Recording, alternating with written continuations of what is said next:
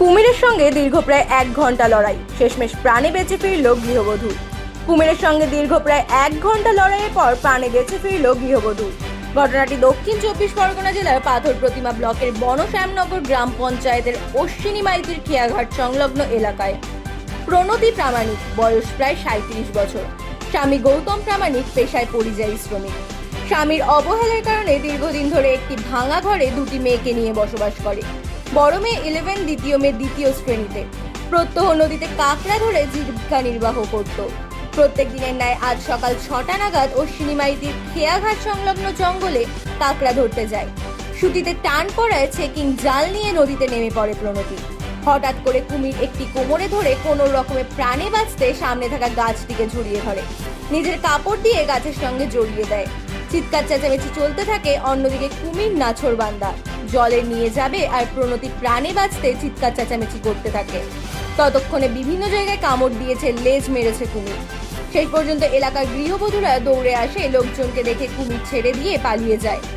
ইতিমধ্যে ওই গৃহবধূকে পাথর প্রতিমা গ্রামীণ হাসপাতালে আনা হয়েছে, সেখানে চলছে চিকিৎসা।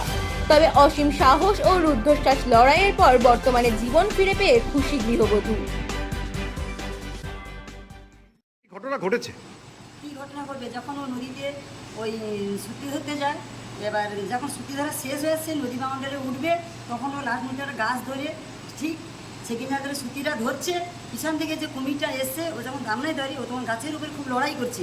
লড়াই করে যখন বাঁচতে যায়, তখন ওকে ন্যাজ মারে। ন্যাজ মারার সাহায্যে ও তখন কী করে আবার সেকেন্ড জাল মারি মারতে মারতে ও তখন বলছে, তখন কথা বলতে পারছে না। নদীর বাউন্ডারে উঠবে, এখন লোকের সাথে করে পাড়ার বৌঝি জড়ো হলো, কিছু লোক জড়ো হয়ে যখন দেখে কুমিরটা সেখানেই আছে, কিছু মেয়েরা যদি নাই ওকে সাহায্য করে তুলতো, কুমিরটা ফিরে হতো, আবার ওকে পাশে এসে ধরতো, ওকে বাঁচানো পারতো না। গরিব, এদিকে গরিব ক্যাংড়া মাছ ধরে ধরে দীর্ঘদিন ধরে বিক্রি করে সেটাই ওর সংসার চালায়।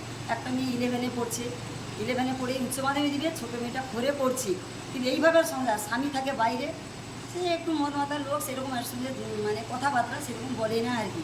খুব গরিব, শ্বশুরদের আছে কিন্তু এ গরিব, একে কোনো দেয় না। কিন্তু এইরকম মাছ কেনাকে দীর্ঘদিন ধরে ওকে মনে হয় দীর্ঘদিনভাবে ফলো করে যাবে, যে কীভাবে বাঁচছে সেটা বলাই যাবে না। যাও বেশ আছে, ঠাকুরের ধরে বেঁচে আছে, লোক কিছু সাহায্য করে ওকে তুলেছি। তোমার নাম?